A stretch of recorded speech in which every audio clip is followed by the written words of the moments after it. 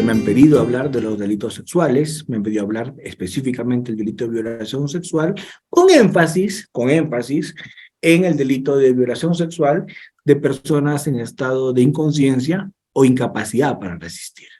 ¿De acuerdo? Muy bien. Vamos a hacer primero un pequeñísimo recuento de cómo es que los delitos sexuales se han venido modificando en el Perú. ¿De acuerdo? Recordemos que hoy día los delitos sexuales tienen como bien jurídico protegido la libertad sexual, ¿cierto? ¿Eso qué quiere decir? Que lo que se preserva, lo que se protege, es el derecho que tenemos todos los seres humanos de autodeterminarnos en nuestra sexualidad conforme creamos convenientes, ¿cierto? Si, por ejemplo, alguien decide ser heterosexual, o alguien decide ser homosexual, o alguien decide ser bisexual, ¿cierto? Es problema suyo. Si uno quiere tener una sola pareja y quiere ser monógamo, es problema suyo. O si uno quiere, no sé, apostar por el celibato, como el caso mío, ¿cierto? También es problema mío, ¿cierto? Eso es libertad sexual. Cada uno decide autodeterminarse respecto a su sexualidad como mejor le parece, ¿cierto? Eso es libertad sexual y eso es el bien jurídico protegido hoy día, la libertad sexual.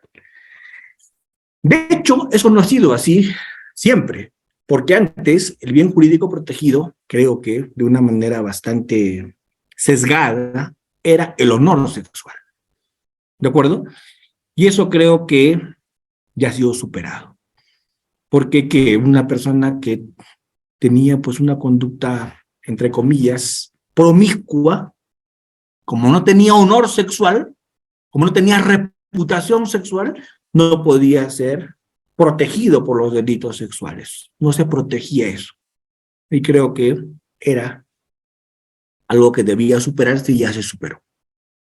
Dos, antes solamente se decía la mujer, como si un hombre no podría ser objeto de violación sexual, ¿cierto? Hoy día ya está claro porque el código habla de persona. Y sujeto activo, persona, sujeto pasivo, persona. ¿De acuerdo? Ya no estamos hablando como era antes el hombre que hace sufrir el acto sexual a una mujer. Hoy día es una persona que hace sufrir el acto sexual, que tiene acceso carnal, como se dice hoy día, ¿cierto? A otra persona. Ya no se habla de hombre-mujer. Hoy día puede ser un hombre a otro hombre, un hombre a una mujer a otra mujer, una mujer a un hombre. ¿De acuerdo? ¿Por qué? Porque el delito consiste en acceso carnal, esto es introducción del pene en la boca, en la vagina o en el ano, u otro objeto o parte del cuerpo por vagina o ano. ¿De acuerdo? ¿Eso qué genera? Hagan volar su imaginación. Lo puede hacer una mujer a otra mujer, ¿cierto? Lo puede hacer una mujer a un hombre. Lo puede hacer un hombre a otro hombre. Una mujer a un hombre. ¿Ven? Se eliminó hombre a mujer y se cambió por persona a persona. ¿Qué más? Se eliminó el tema de fuera del matrimonio. Antes se decía así, el código decía fuera del matrimonio. ¿Eso qué quiere decir? Que cuando contraes nupcias, cuando te casas, ¿tu cónyuge es tu esclava sexual o tu esclavo sexual? ¿El hecho de casarse elimina la libertad sexual? No. Y hemos visto casos de violación dentro del matrimonio. Hay una persona muy conocida que ha sido sentenciada, claro, después lo absolvieron por un tema, pero, ¿ven? Por violación dentro del matrimonio. Con lo cual eso se elimina hoy día. Entonces, ¿ven? Cambios sustanciales en delitos sexuales. Primer cambio sustancial en cuanto al bien jurídico protegido. Ya no hablamos de honor sexual, hablamos de libertad sexual. 2, ya no hablamos de hombre a mujer, hablamos de persona a persona. 3, ya no hablamos solamente de acto sexual, sino de acceso carnal y de introducción de objetos o partes del cuerpo por vagina y ano. Anteriormente, solamente se hablaba de acto sexual. ¿Qué quiere decir eso? Que cuando le introducías un objeto por alguna parte del cuerpo, como la vagina o el ano, eso no era violación, era actos contra el pudor.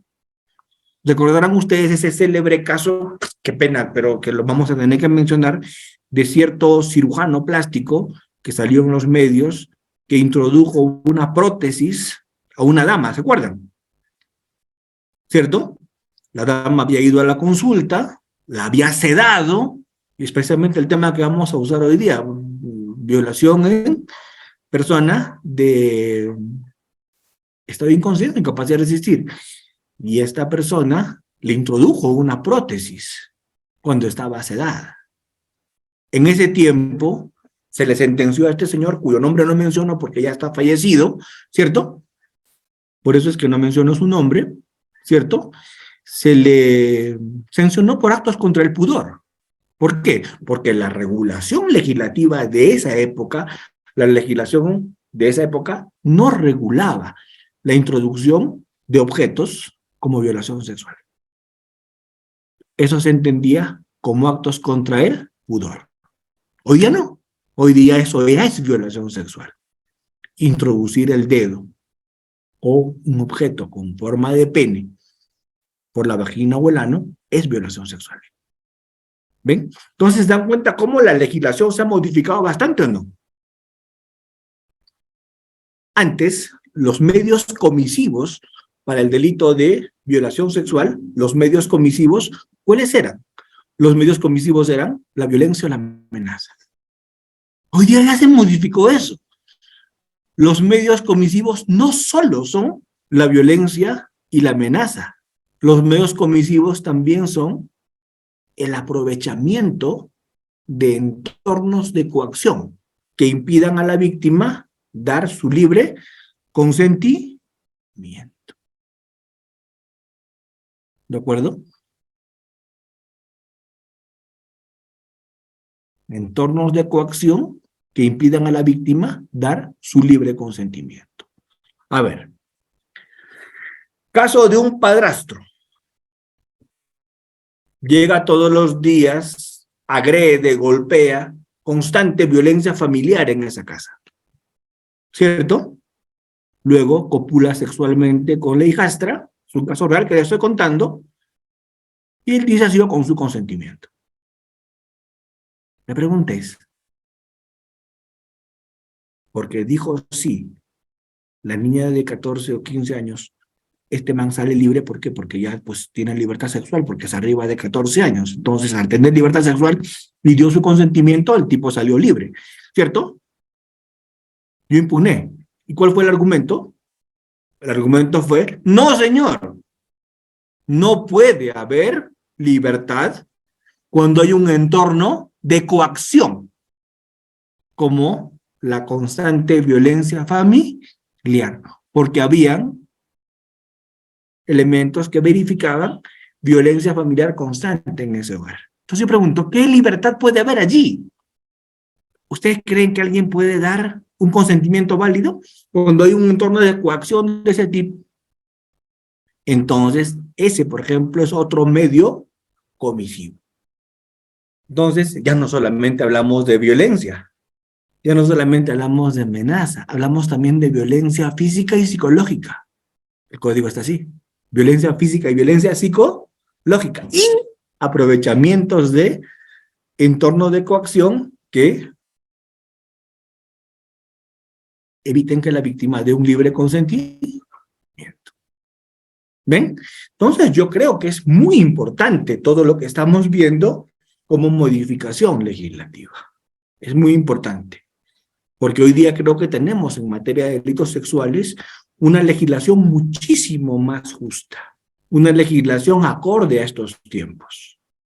Porque solo lo que ya les acabo de comentar, el cambiar el bien jurídico protegido para que no solo sea la indemnidad, sino la libertad sexual, es importante o no.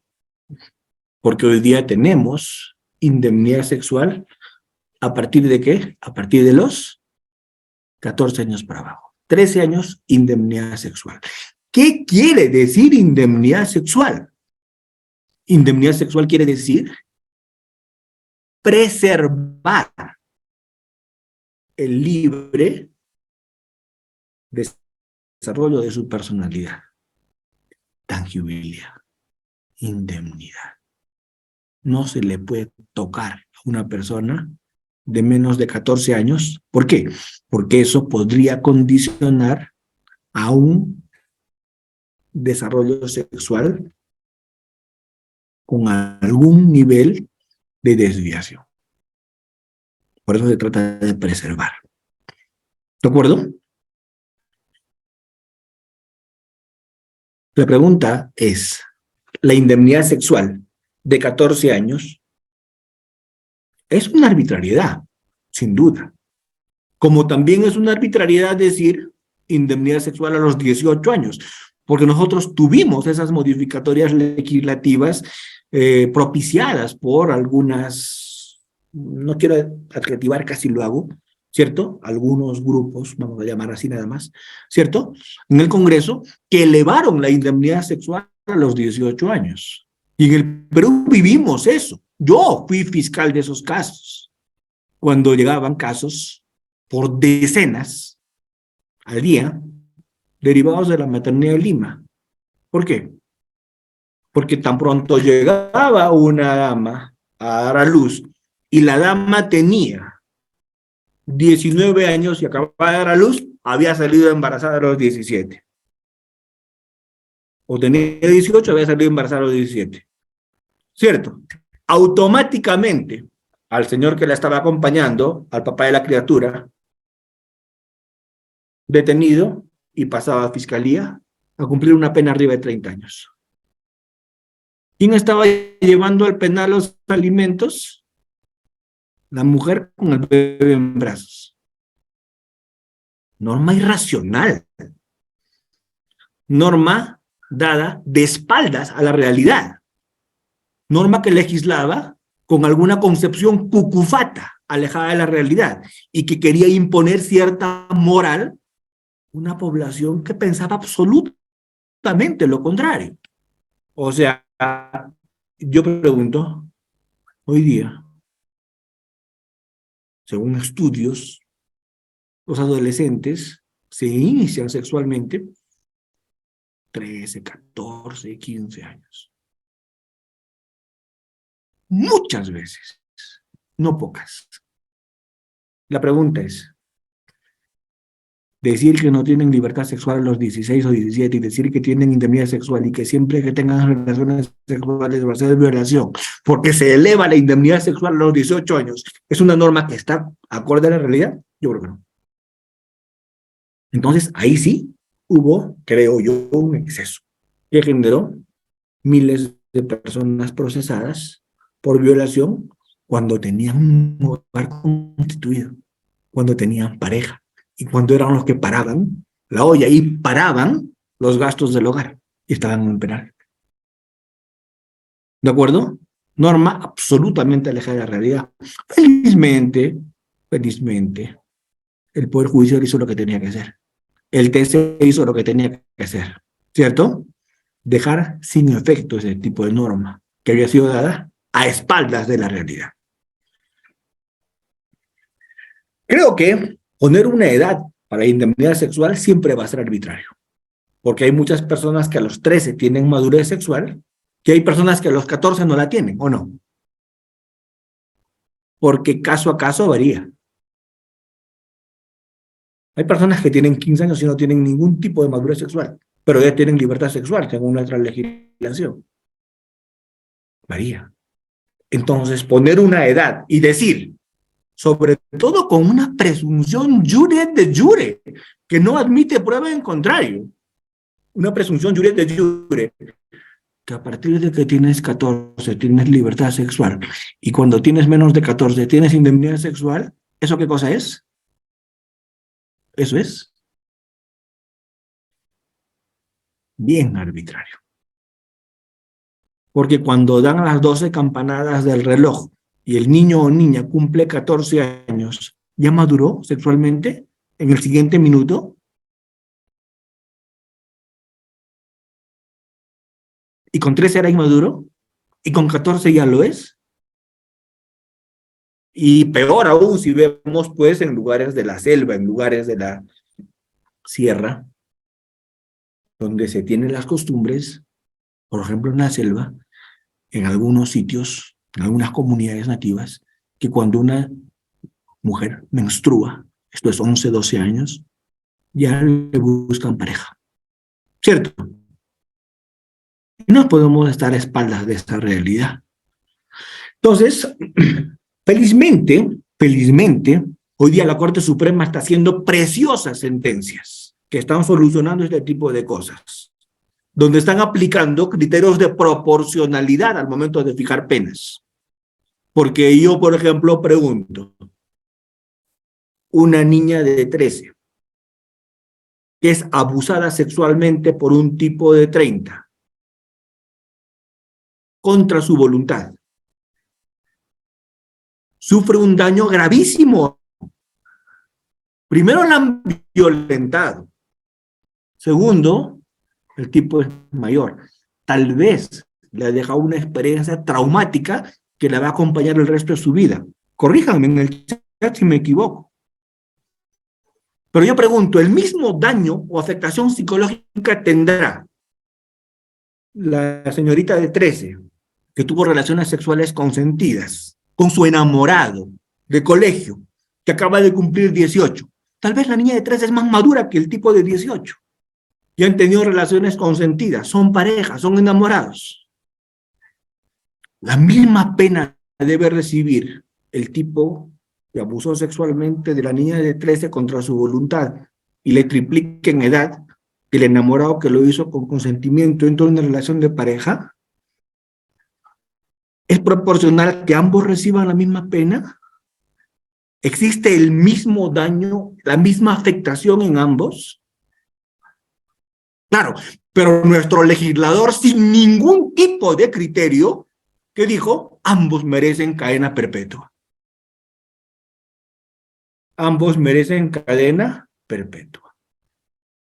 Porque la violación presunta, esto es de menores de 10 y de 14 años, la violación de menor merece cadena perpetua sin ningún criterio mayor en la legislación.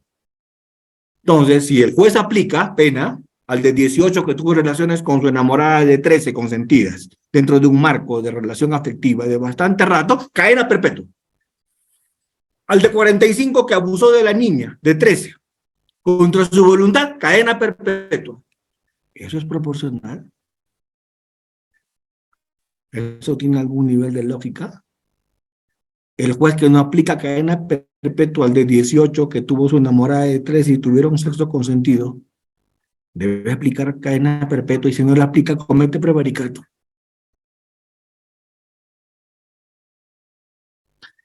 Entonces, ¿eso qué nos enseña? Que cada caso es distinto o no, y que en cada caso se tiene que hacer una valoración diferenciada, atendiendo a qué, a las especiales circunstancias y condiciones de cada caso. ¿Y qué es lo que ha hecho el PJ? ¿Qué es lo que ha hecho la Suprema? Con algunas discrepancias entre sentencia y sentencia, pero han bajado drásticamente la pena en esos casos. Drásticamente. ¿De acuerdo?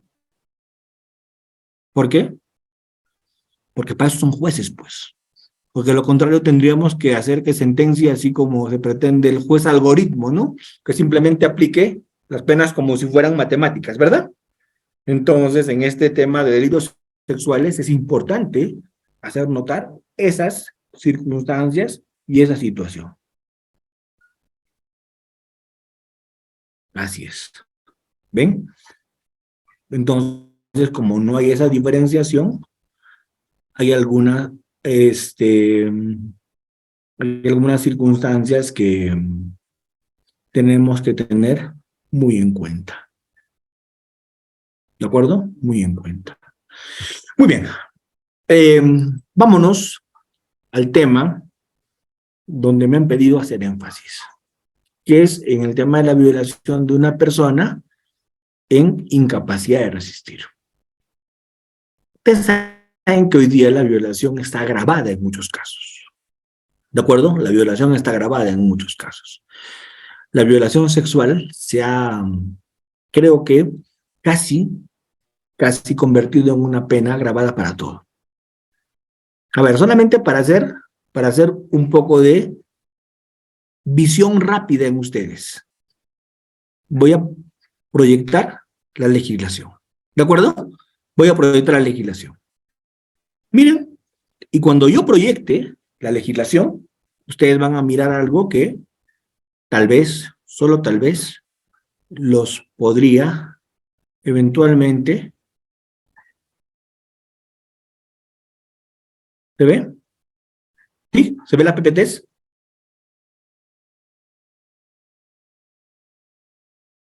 Confírmeme, ¿sí se ve? Sí, doctor. Perfecto. Gracias, Reader. Reader Jacinto, mejor silencia tu audio. Muy bien. Continuamos. Continuamos. El artículo 170, ¿qué dice? Dice, el que con violencia física, psicológica, ¿ven? La modificación salta el toque, ¿no? Violencia física, psicológica, grave amenaza. Le agregamos violencia psicológica, no había antes, ¿no? O aprovechándose de un entorno de coacción o cualquier otro entorno que impida a la víctima dar su libre consentimiento. No solamente dice violencia física o grave amenaza, sino también dice violencia psicológica o aprovechamiento de un entorno de coacción que impida a la persona dar su libre consentimiento. ¿De qué estamos hablando acá? De medios comisivos. Violencia física, violencia psicológica, grave amenaza, aprovechamiento de un entorno de coacción que impide a la persona dar su libre consentimiento. ¿De qué estamos hablando? De medios comisivos. ¿Qué dice? Obliga a esta persona a tener acceso carnal. ¿Qué es acceso carnal? Introducción del pene. Siempre que hablan de acceso carnal es introducción del pene. En la vagina, en la boca o en el ano. Eso es acceso carnal. O dice, realiza cualquier otro acto análogo. ¿Qué es acto análogo? Un objeto de forma peneana, introduciéndolo por alguna de las dos primeras vías. Esto es vagina o ano. Dice, será reprimido con pena privativa de libertad de 14 a 20 años. Ya, pero ¿qué cosa les quiero hacer notar? Las formas agravadas de este delito hoy día. ¿Y cuáles son las formas agravadas de este delito hoy día? Miren, la pena privativa de libertad será no menor de 20 ni mayor de 26 años en cualquiera de los casos siguientes. Y quiero que vean las agravantes. Y cuando vean las agravantes se van a dar cuenta que casi todo hoy día es agravado. Ya no hay violación simple. Esta violación de pena de 14 a 20 ya no existe casi. ¿Por qué? Porque casi todo le han puesto como agravante. Nuestros legisladores son lo máximo. Todo le han puesto agravante. Y vamos a demostrar. Miren las agravantes. Si participan dos sujetos, agravado. Si se usa arma, agravado. Si la gente abusa de su profesión, de su ciencia, de su oficio, se aprovecha de su cargo, responsabilidad legal que le confiere, deber de vigilancia, custodia o particular autoridad sobre la víctima, agravado. Si la gente aprovecha de su condición descendiente, consanguíneo, adoptivo, es cónyuge, es conviviente, o ha sostenido alguna relación análoga, o tiene hijos en común, o habita en la misma casa, o hay relación laboral o agravado. Si lo comete un pastor, sacerdote, líder de una organización espiritual, religiosa, agravado. Si la gente tiene algún cargo directivo, es docente, auxiliar, administrativo, donde estuvo la víctima, agravado. Si mantiene un contrato de locación de servicios o relación laboral con la víctima, o si esta es trabajadora del hogar, agravado, señor. si fuera cometido por algún miembro de las Fuerzas Armadas, Policía Nacional, Serenazgo, Policía Municipal, vigilante privado, funcionario, servidor público, se vale sus funciones, a consecuencia, agravado. ¿Sí? El agente es portador de alguna enfermedad de transmisión sexual grave, agravado. Si el agente comete violación en presencia de un niño, niña o adolescente, agravado. Si la víctima está gestando, agravado.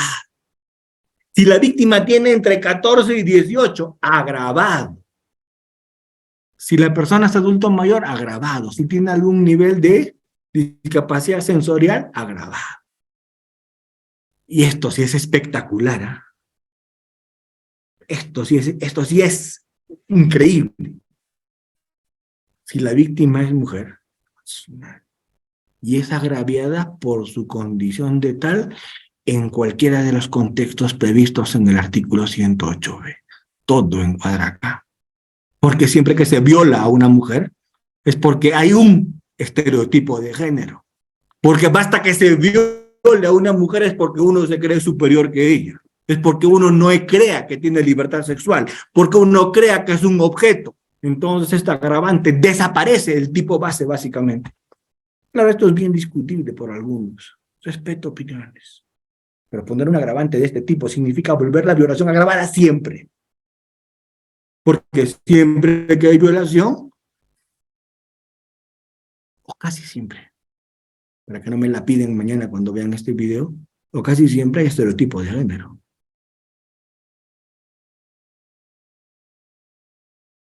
No me ocurre un ejemplo donde un violador no tenga estereotipo de género. Donde un violador contra una mujer no tenga estereotipo de género. O sea, yo respeto a la mujer. Yo no soy misógino. Yo no me creo superior. Yo no creo que su libertad importe, pero no tengo estereotipo de género. No seamos ingenuos. Esto va a funcionar siempre. Por último, si el agente actúa en estado de ebriedad con presencia de alcohol en proporción mayor a 0.5 gramos litro bajo el efecto de drogas tóxicas, estupefacientes, sustancias psicotrópicas sintéticas que puedan alterar su conciencia. O sea, normalmente hay violación cuando hay presencia de alcohol. Agravado. Acto libre en causa positivizado. Entonces, ¿qué le quiero demostrar? Que hoy día, si bien es cierto, considero muy acertado el artículo 170, particularmente en mi opinión, es que hemos abusado de las agravantes. Con lo cual, hoy día la pena para los casos de violación sexual casi siempre es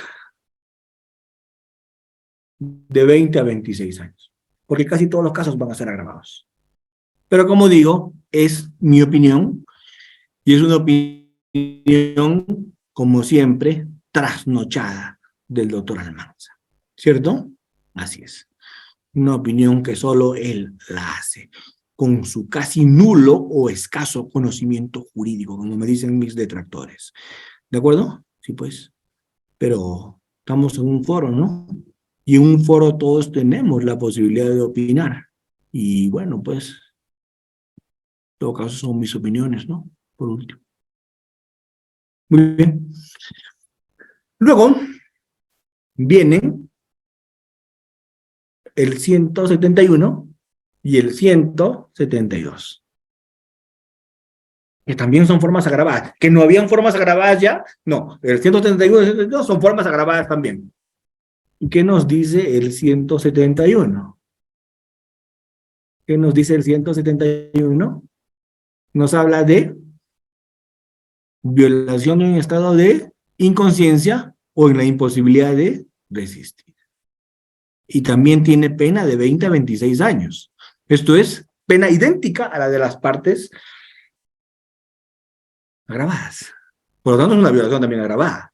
La violación de una persona en estado de inconsciencia o incapaz de resistir. No entiendo mucho como técnica legislativa esto, ¿cierto?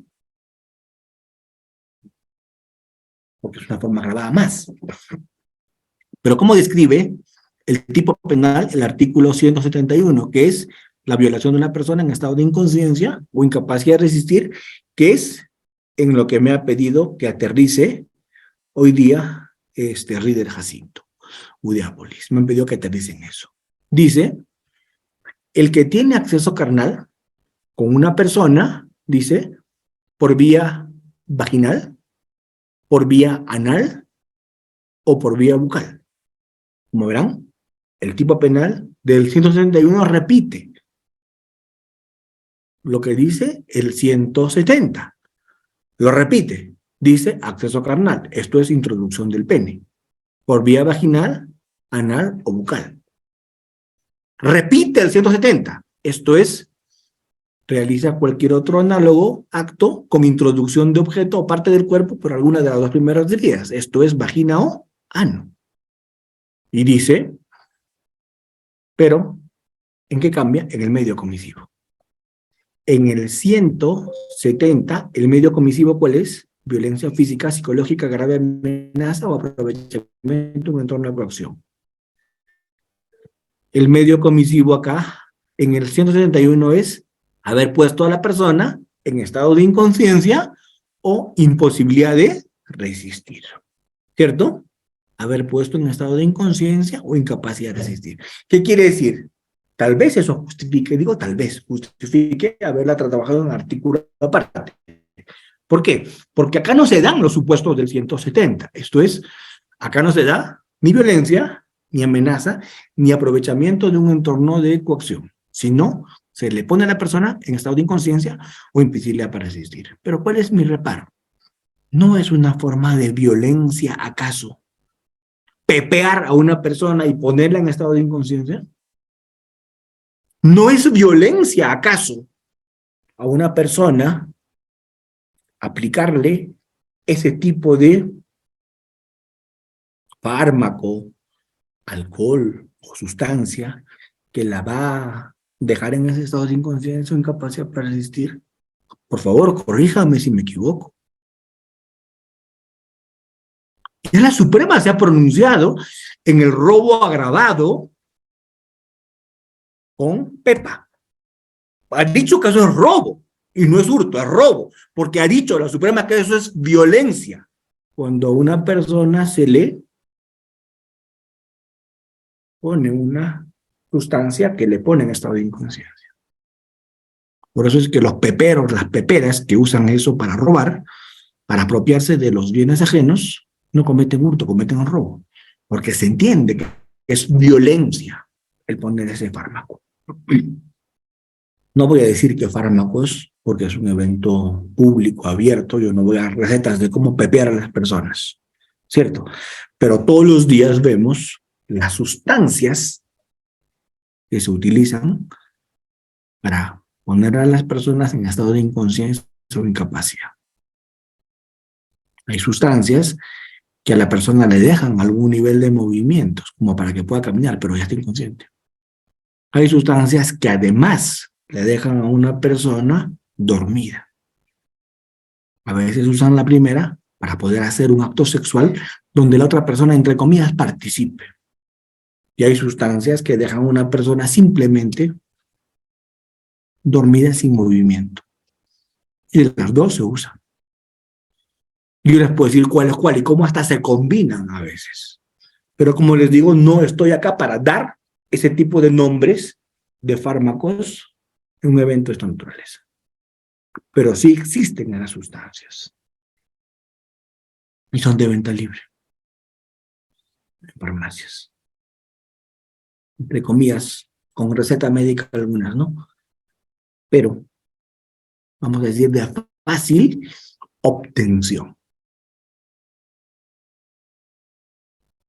Pero, ¿dónde está acá la razón por la que se agrava esto? Porque es una violación alevosa. Porque es una violación artera. Porque es una violación que se realiza a una persona que confía. Porque para que se le dé una sustancia que la ponga en estado de inconsciencia o imposibilidad de resistir, se tendría que tener algún nivel de confianza. ¿De acuerdo? Algún nivel de confianza. Entonces ahí viene el tema alevoso, que va a justificar una sanción tan elevada. ¿De acuerdo? El tema alevoso. ¿El alcohol en exceso genera inconsciencia? Sí. ¿Las drogas pueden? Sí. ¿Los fármacos? Sí. Vamos a ver el chat. Está bien activo. Así es. Ventaja, alevosía. ¿Cierto? Ventaja, alevosía. Muy bien. Distinto es el supuesto del artículo 172.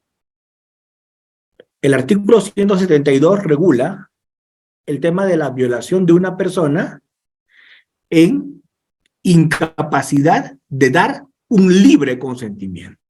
Distinto es. ¿Cuál es la diferencia entre el 171, que es violación de persona en estado de inconsciencia que puede resistir, que en el 171, ese que tiene acceso carnal, esa persona que tiene acceso carnal, ¿cierto?, ha puesto a esa persona en ese estado de inconsciencia? Mientras que en el artículo 172 pasa algo diferente. Se tiene acceso carnal con una persona por vía vaginal, anal o bucal, o se realiza cualquier acto análogo por alguna de las dos primeras vías, introduciendo un objeto aparte del cuerpo, conociendo que está impedida de dar su libre consentimiento porque tiene anomalía psíquica, porque tiene grave alteración de la conciencia, porque tiene retardo mental, o porque se encuentra en estado de incapacidad de resistir. ¿Cuál es la diferencia? La pena es la misma del 171 y del 172. La pena es la misma. Pero ¿cuál es la diferencia? La diferencia es que en el primer supuesto, en el supuesto del 171, el agente le puso a la víctima en ese estado de inconsciencia o incapacidad para resistir. Mientras que en el segundo supuesto, que es el del 172, el agente encontró así a la víctima. La encontró con ese retardo mental. La encontró con esa anomalía psíquica, esa enfermedad mental. La encontró con esa grave alteración de la conciencia. O la encontró en estado de incapacidad de resistir. Y se aprovechó de eso. El agente no le puso en ese estado, le encontró en ese estado. Pero se aprovechó de eso. ¿De acuerdo? Y eso nos va al artículo 172. Se aprovechó de ese estado.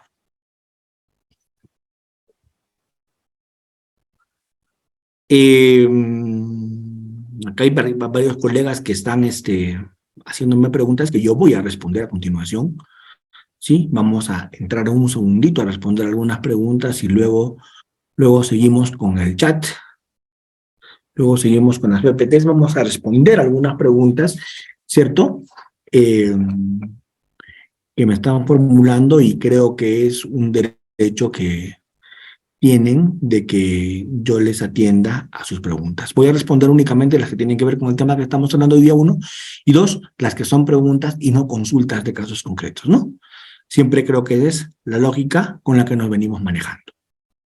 Muy bien. A ver. Vamos. Me dicen si la respuesta es sencilla, obedece a un populismo penal. Una forma de solucionar los ilícitos penales es la utilización de derecho penal a fin de reprimir o resguardar este delito. Sí, claro. Acá hay un populismo penal y eso es innegable. Un populismo punitivo. Una forma de concebir la lucha contra la criminalidad sobre la base de incrementar penas y crear delitos. Creen, ¿cierto?, algún sector del Congreso seguramente, de manera equivocada, que de esa forma se lucha, de esa forma se evita. Bueno, yo no estoy muy seguro de que eso es así. Yo no creo que incrementar penas, yo no creo que poder cadena perpetua a todo, yo no creo que eliminar beneficios penitenciarios significa solucionar el problema. ¿Por qué? Ahí está la prueba, pues. Se ha puesto cadena perpetua para todos los casos. Se han eliminado beneficios penitenciarios. Se han cambiado condiciones de ejecución penal. Pregunto, ¿bajó el índice de delitos? ¿Por qué? Porque la solución pues no es esa. La solución es la educación. La solución es el hacinamiento, la promiscuidad. Me puedo cansar de darle las razones por las cuales los delitos sexuales han incrementado de manera tan drástica. Y a veces, incrementar tanto las penas, lejos de conseguir una respuesta frente a estos delitos, genera impunidad.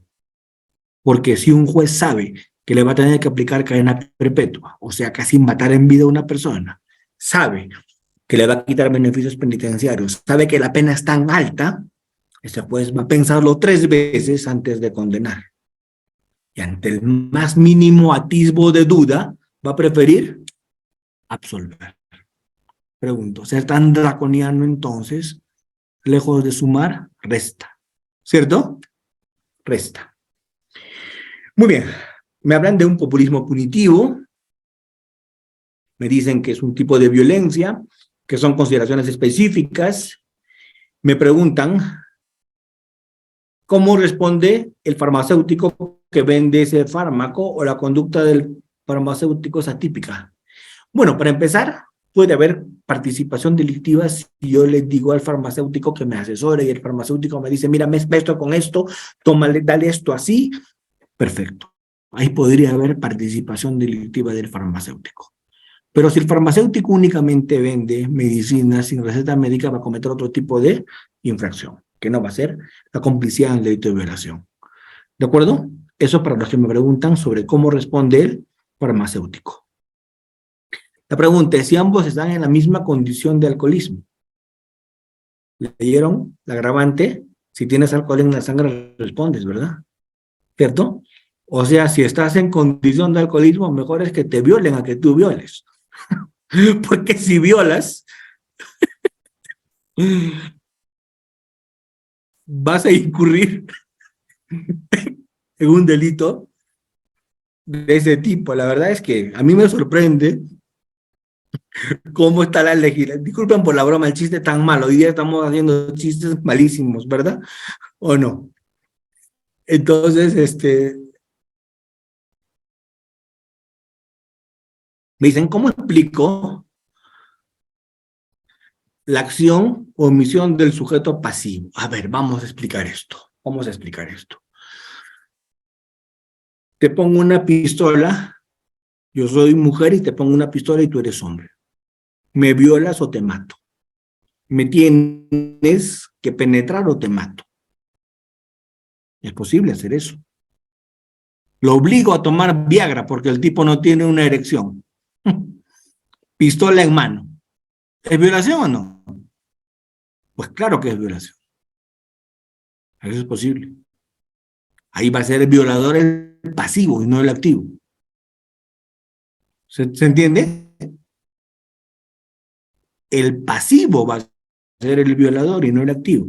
Porque estoy haciéndole al otro tener un acceso carnal en contra de su voluntad, mediando amenaza.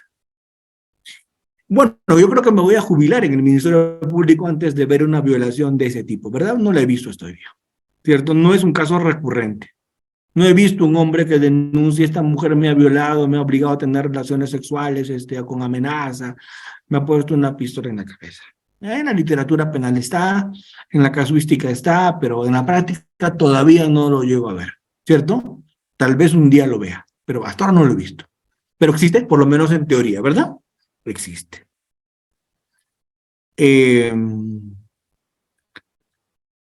¿Cómo explica el caso de que una pareja de amigos se reúnen para celebrar con tragos, luego de ello tienen acceso a canal, relaciones, sin embargo, al día siguiente resulta denunciándolo por violación sexual? Es que lo que pasa es que cada caso tenemos que ver según las circunstancias propias del caso. ¿De acuerdo? Porque no necesariamente ha habido violación. ¿De acuerdo? Es posible más bien allí que ha habido relaciones consentidas. Entonces, no se puede dar una respuesta genérica que englobe todos los supuestos. La idea acá en este tipo de delitos, de parte por lo menos mía, así como yo lo entiendo, es verificar el caso concreto, ¿cierto? De cada situación y cómo se ha dado. ¿Sí? ¿Qué pasa si la violación la comete un menor de edad hacia otro menor de edad? Bueno, los menores no cometen delitos, ¿no? Los menores cometen faltas y al menor se le tiene que aplicar una medida socioeducativa, porque si no tiene 18 años, pues no comete delito, comete falta. Andrea. Luchar contra el delito es educación de calidad. Sí, claro. Educación sexual, educación de calidad, educación desde el hogar, para que haya sexualidad responsable, ¿no? ¿De acuerdo? Es un tema muy complejo. A ver, vamos. Te los digo por un tema de casuística. Cantidad de casos de violación se cometen dentro de la casa. Y el agresor está en la casa. ¿Cierto? ¿Por qué? Condiciones de vida, condiciones de hacinamiento, condiciones de pobreza, situación económica, condiciones culturales. ¿Te preguntas, todo eso se analiza? La gente que normalmente denuncia estos delitos no entiende la gravedad de las sanciones. ¿Y qué es lo que ocurre? Denuncian el delito porque en el momento en que se cometió, toda la familia se indigna y denuncian el delito. Pero al día siguiente todos están presionando a la parte agraviada para que retire la denuncia o cambie su versión de los hechos. ¿Por qué? Porque se dan cuenta de las penas tan altas que hay. Y segundo, se dan cuenta que el que pone la plata no está. ¿Eso que genera? Impunidad, cambios de versión. ¿Cómo podemos prevenir o disminuir este delito?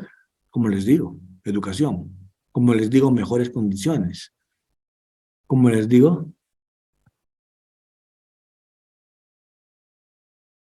el farmacéutico solo expende, hay que dejarse llevar, me dicen por ahí. Gracias a los que me dicen que enseño muy bien.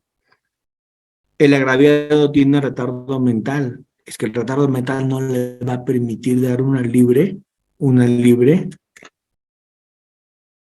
voluntad, libre consentimiento. Habría que ver qué tipo de retardo mental es. Si es un retardo mental leve, la persona es mayor y tiene una edad mental menor, pues de repente si tiene una edad mental como para dar relaciones sexuales consentidas. Habría que mirar qué tipo de retardo estamos. Claro, esa violación a la inversa, violación por parte del pasivo. Sí, claro. Eh,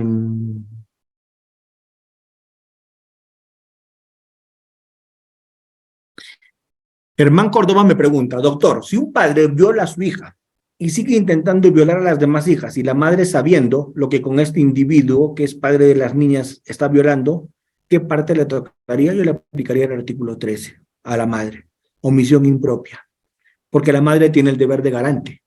Y si ese deber de garante no lo hace valer, y si teniendo el deber de garante no evita que el padre abuse de los demás hijos, la madre es coautora de la violación. Es autora de la violación, coautora no, autora de la violación. ¿Y por qué? Por no evitar, porque ella tenía el deber de garante. Artículo 13. Ella era garante. Y si no evitó lo que era evitable, ella responde por la violación, como autora de la violación, porque tenía el deber de garante.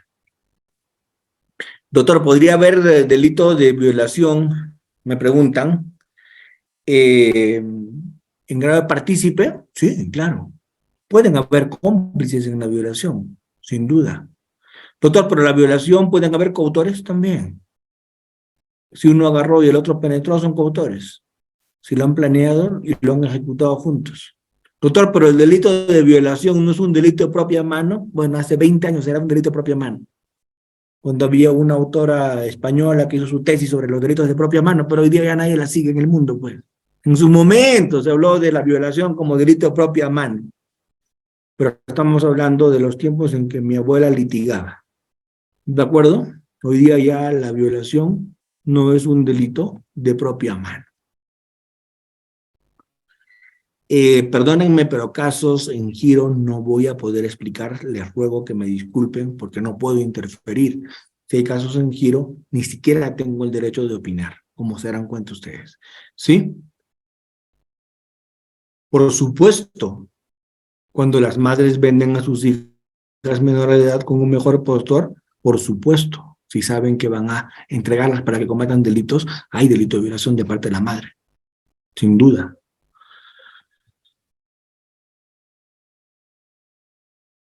Nicanor me dice, si existe el caso de que una mujer haya dado Viagra a un hombre para violarlo mientras dormía, creo que es algo que sí pasa, pero no se denuncia. Nicanor denuncia.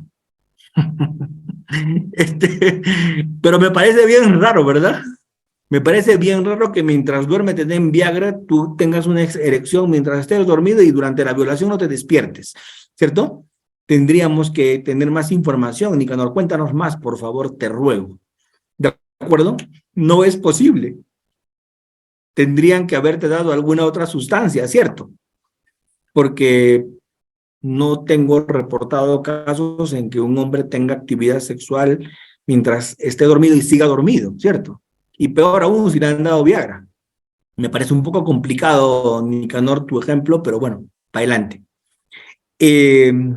Hubo un caso mediático en que varios jóvenes de un lugar pudiente de Lima se reunieron en una casa, tomaron hasta más no poder y después la chica denunció violación. Es que eso pasa mucho, eso pasa mucho.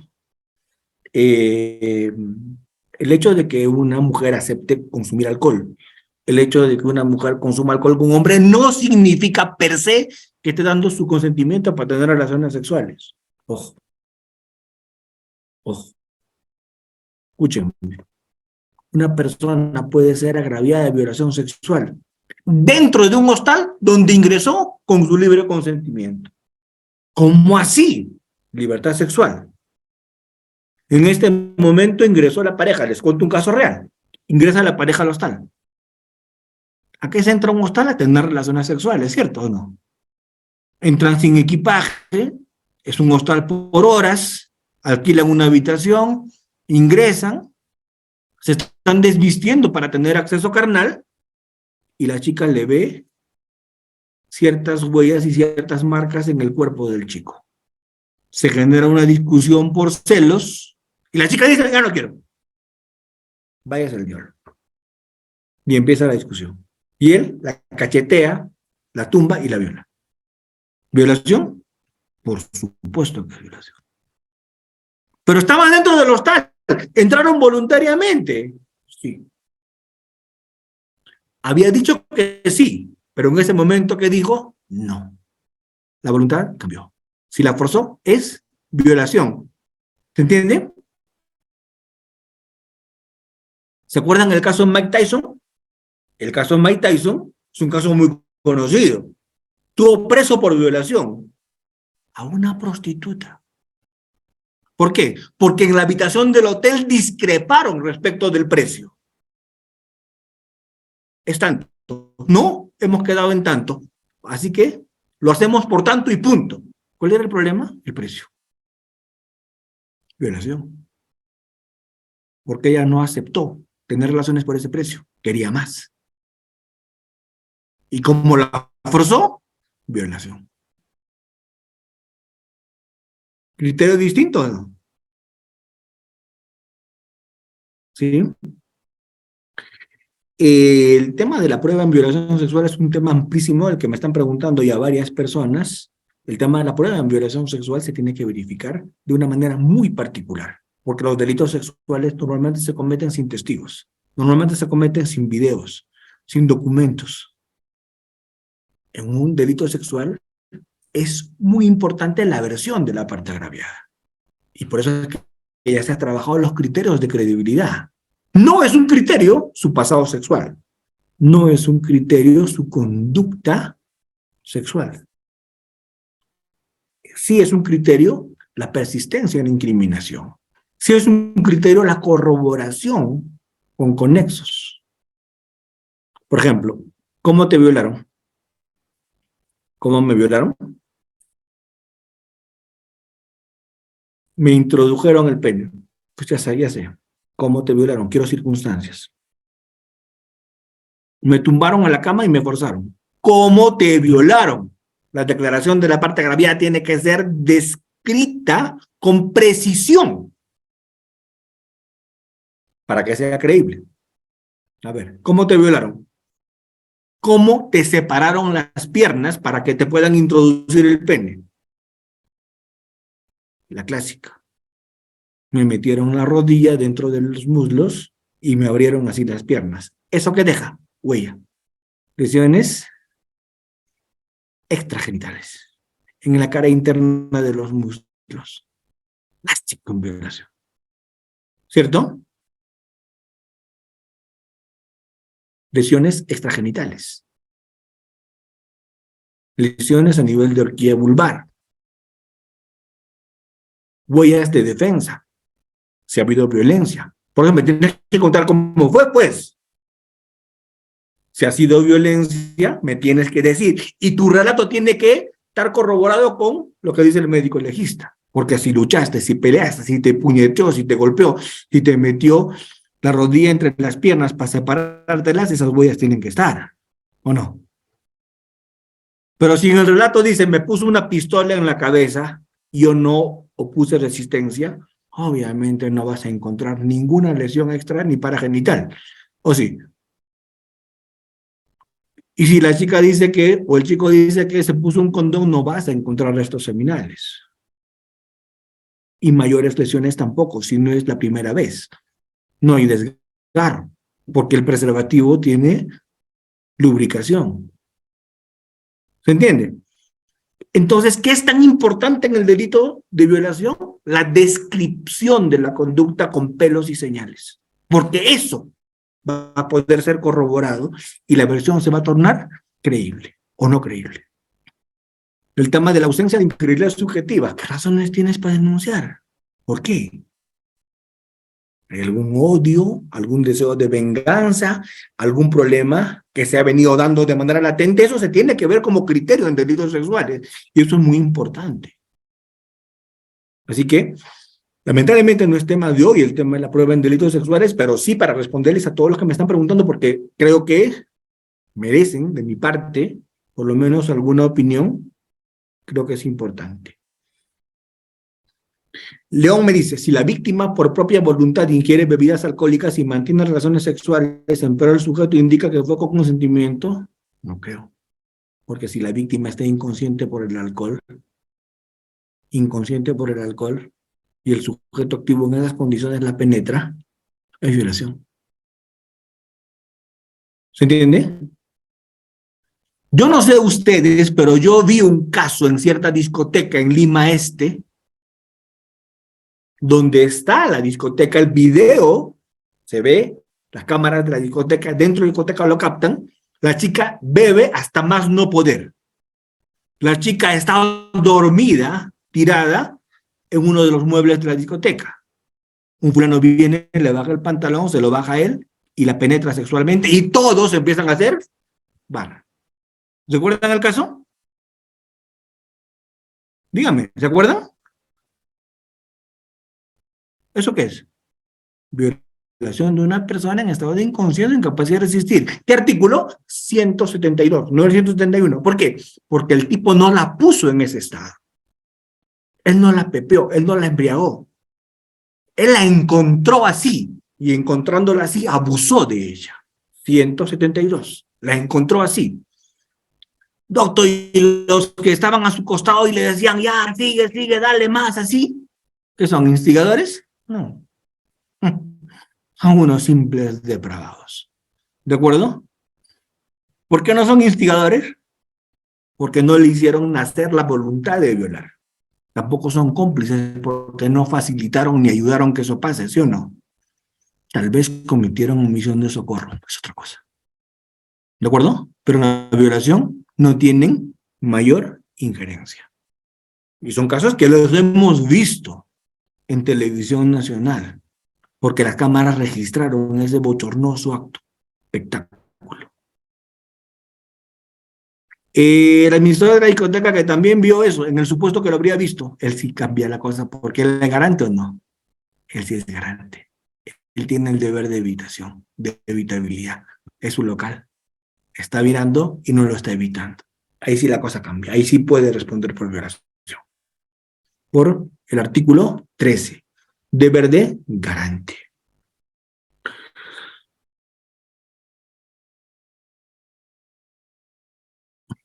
¿Ven? Lo que pasa es que el que tiene ese tipo de dolencia que me está comentando el doctor, el que tiene esa enfermedad mental, es un inimputable, y si viola, pues es un inimputable. ¿De acuerdo?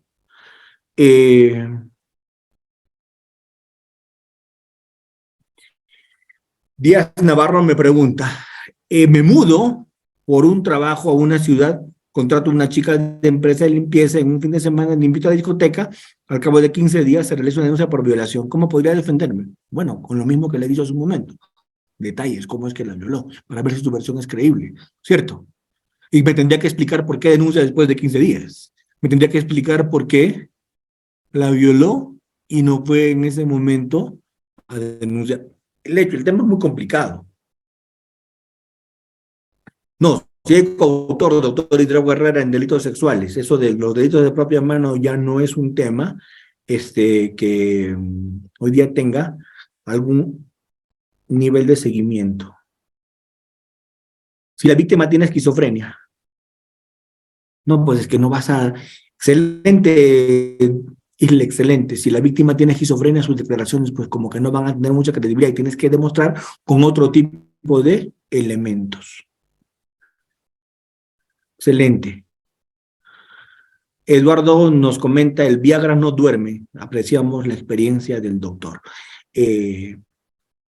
Interesante. Aplicando el artículo 13 de comisión por omisión, ¿cuál sería la pena de la madre en este caso? Porque no tendría el dolo. ¿Cómo que no tendría el dolo? Claro que tendría el dolo. Yo sé lo que está pasando y no lo evito, tengo el dolo. Sin duda. Claro que tengo el dolo. La mamá que sabe que a su hija le están violando de una manera reiterada y no lo evita, por supuesto que tiene el dolo. Absolutamente tiene el dolo.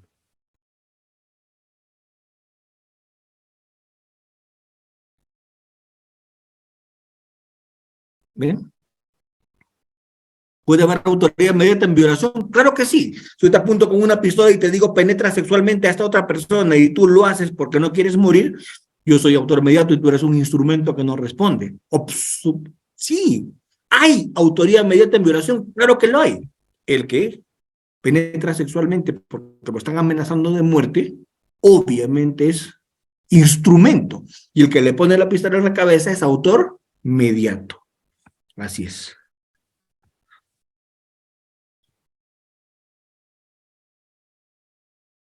Es posible que, ¿cierto? Perfecto. Muy bien. Perfecto. A ver, bueno, los que podrían una discoteca, ya les digo, no son instigadores ni son cómplices, ¿cierto? Hay un tema de omisión de socorro. Muy bien.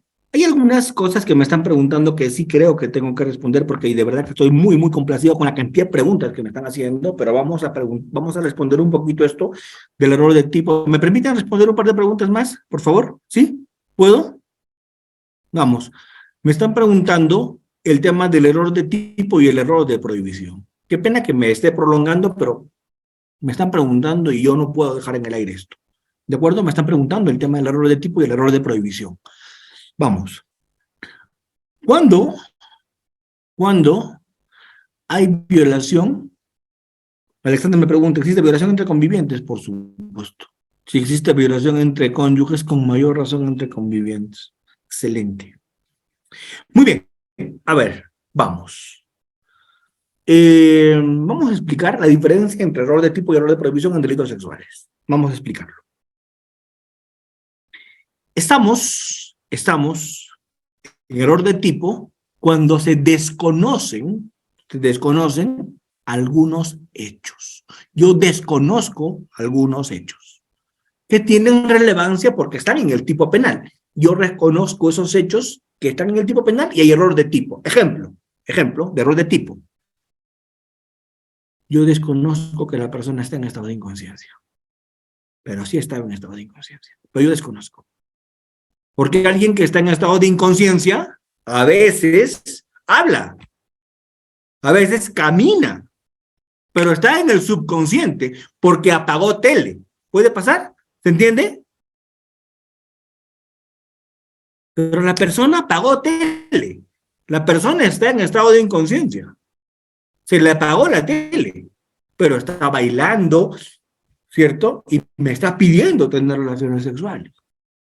Pero no se acuerda al día siguiente de nada. ¿Por qué? Porque estuvo en estado de inconsciencia. Yo no le puse en ese estado. Estaba en estado de inconsciencia. Y yo pensé que estaba lúcida. Y tuve relaciones sexuales con esa persona. No hay dolo, obviamente. La conducta es atípica. ¿Por qué? Porque no hay dolo. Yo no sabía que estaba en estado de inconsciencia. Yo pensé que estaba consciente. ¿Se entendió? Yo pensé que estaba consciente. Desconocía que estaba inconsciente. Ella me dio su consentimiento. Yo pensé que estaba consciente. No hay delito. Que hay ahí error de tipo. Yo no sabía que estaba inconsciente. Yo no sabía que su consentimiento era de su subconsciente. Error de tipo. Yo no sabía que tenía 13 años. Yo pensé que tenía más. Error de tipo. Desconozco hechos que son relevantes porque tienen que ver con el tipo penal. Eso es error de tipo. ¿Cierto? ¿Qué es error de prohibición? ¿Qué es error de prohibición? El error de prohibición tiene que ver con otra circunstancia. El error de prohibición tiene que ver con, yo sí sé los hechos, yo sé lo que estoy haciendo, pero ¿qué es lo que desconozco? Yo lo que desconozco es que eso está prohibido. ¿Está claro? Yo conozco los hechos, pero lo que desconozco es que eso está prohibido. Yo conozco los hechos, pero desconozco que está prohibido. El ejemplo que siempre pongo, el del turista que llega al Cusco y lo capturan. Y el tipo tiene a la menor en su hotel. La menor tiene 13. Lo capturan porque la mamá lo busca, las amigas le dicen se fue con ese man, está en ese hotel, y lo capturan al tipo junto a la menor. El tipo va con su abogado a testificar y durante su abogado responde, yo sí sabía que la menor tenía 13. ¿Y por qué sabías que la menor tenía 13? Porque le pedí documento de identidad y decía 13 años. Nació tal año. Hay un error de tipo. Este man sabe la edad de la víctima, no hay error de tipo. Él conoce lo que hacía. Bueno, él sabía que estaba teniendo relaciones sexuales con una niña de 13, ¿cierto? Entonces, ¿nosotros qué pensamos? Que el abogado estaba loco, ¿cómo lo va a llevar así a la... ¿Cierto? Claro, pero este man desconocía que eso era delito en el Perú, porque había llegado 2 días atrás de Noruega, y en Noruega la libertad sexual es a los 12. ¿Se entiende? El tipo que pensó que esto en Perú estaba permitido, por eso fue precavido y le pidió hasta su documento. Entonces, ¿eso qué es error de tipo? No, error de tipo no es error de prohibición. Yo sabía lo que hacía, pero ¿qué desconocía? Desconocía que lo que hacía estaba prohibido. Eso no es error de tipo, eso es error de prohibición. ¿Error de tipo qué sería? ¿Error de tipo qué sería? ¿Error de tipo qué sería? Error de tipo sería saber, desconocer lo que hago. Error de prohibición, desconocer que lo que hago está permitido o está prohibido. El error de tipo es desconocer los hechos. El error de tipo es desconocer lo que se hace. Yo no sabía, pues, que tenía retardo mental leve. No se le notaba. Error de tipo. Yo no sabía que estaba esquizofrénico. Error de tipo. ¿Estamos? ¿Qué es error de prohibición? Yo no sabía que eso estaba prohibido. Claro, el error de tipo vencible es equivalente a la culpa. El error de tipo vencible es exactamente lo mismo que la culpa, porque con deberes de cuidado cumplidos hubieras podido salir de tu error. Hubieras podido conocer lo que desconocías y cumplías deberes de cuidado.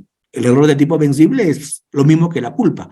Pero ¿por qué salen libres todos los en violación con error de tipo? Porque no hay violación culposa. Entonces, como no hay violación culposa, todos salen libres por este tema. ¿Sí? Muy bien. Entonces, ¿qué les quiero decir? Qué pena que no pueda responder a tantas preguntas, qué pena que no pueda responder a todo lo que me están, planteando, pero sí es importante en temas de violación sexual la valoración probatoria. Porque la valoración probatoria tiene que jugar siempre con máximas de la experiencia. No con prejuicios, con máximas de la experiencia. ¿Cierto? ¿Y qué son las máximas de la experiencia? Afirmaciones sobre hechos que realizamos en base a ¿qué? A probabilidad, a lo más probable, a lo que siempre ocurre, las más de las veces ocurre. Aproximaciones. Las máximas de la experiencia se basan en eso, en experiencia. Si me ven con la mano vendada, ¿qué dice la máxima de la experiencia? Que estoy lesionado. ¿O no? Si el cielo está nublado y está casi negro, ¿qué me dicen la máxima de la experiencia? Va a llover. ¿Cierto? Entonces, ¿qué son las máximas de la experiencia? Afirmaciones que se hacen sobre la base de lo más probable, sobre la base de, por lo general, las más de las veces, es lo más probable. Pero siempre tienen una excepción, la máxima de la experiencia, a menos que.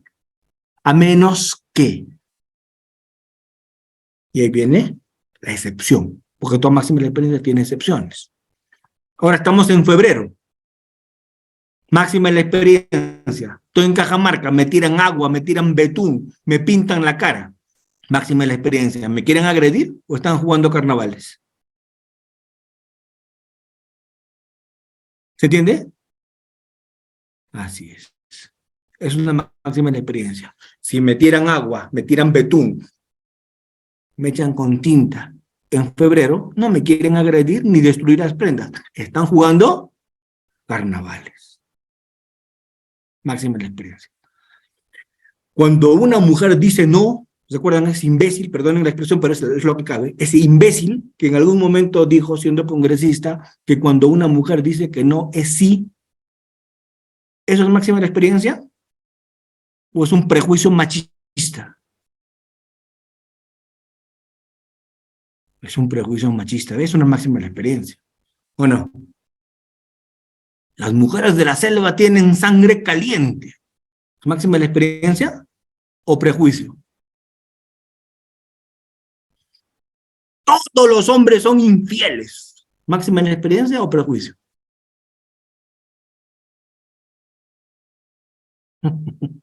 Prejuicio, ¿verdad? Prejuicio, así es. Claudia, yo creo que esa es máxima de tu experiencia, porque habemos hombres fieles. Así es. Es bien delicado el tema de la máxima de la experiencia. Basta con recordar ese tema. Así es, basta con recordar ese tema de la truza roja, ¿se acuerdan? ¿Cierto? Basta con recordar ese tema de la truza roja. Basta con recordar eso. ¿Cierto? Muy delicado. Y en derechos sexuales se usa mucho el tema de la máxima de la experiencia. ¿Sí? Así es, el tema de ICA, ¿cierto? Muy bien. Sí, en ese tema fueron hasta suspendidos esos jueces y no me parece tan grave lo que hicieron, ¿no? O sea, ¿qué dijeron? A ver, vamos, para que se entienda esto.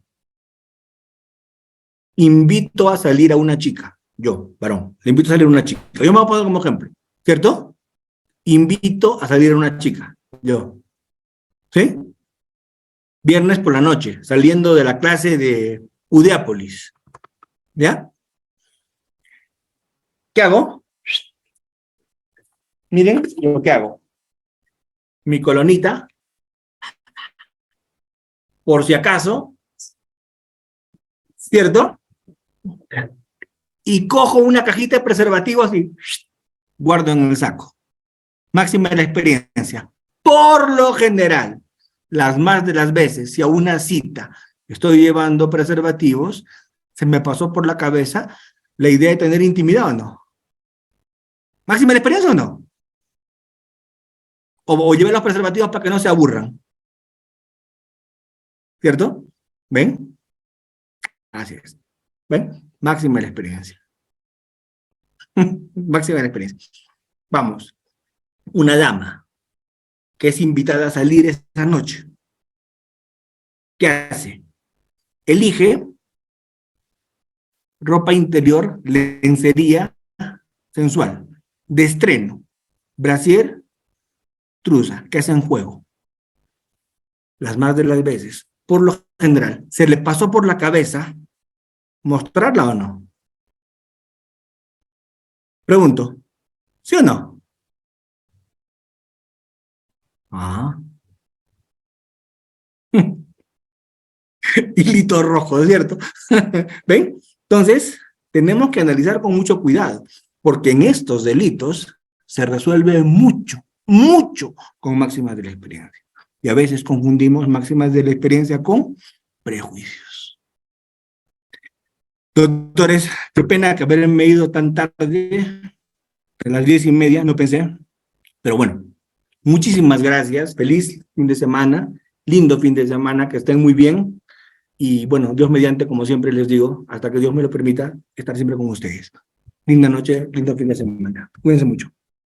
Muchísimas gracias, doctor Fran Almanza. Hoy sí no me tocó ser ejemplo, gracias a Dios, en un delito muy delicado, gracias a Dios. Así que, doctor, muchísimas gracias. Pero mejor silencia tu audio. Sí, doctor, Edu, ya. Eso vamos a tener mucho cuidado. Menos mal que ha sido como un jueguito. ¿Sabes?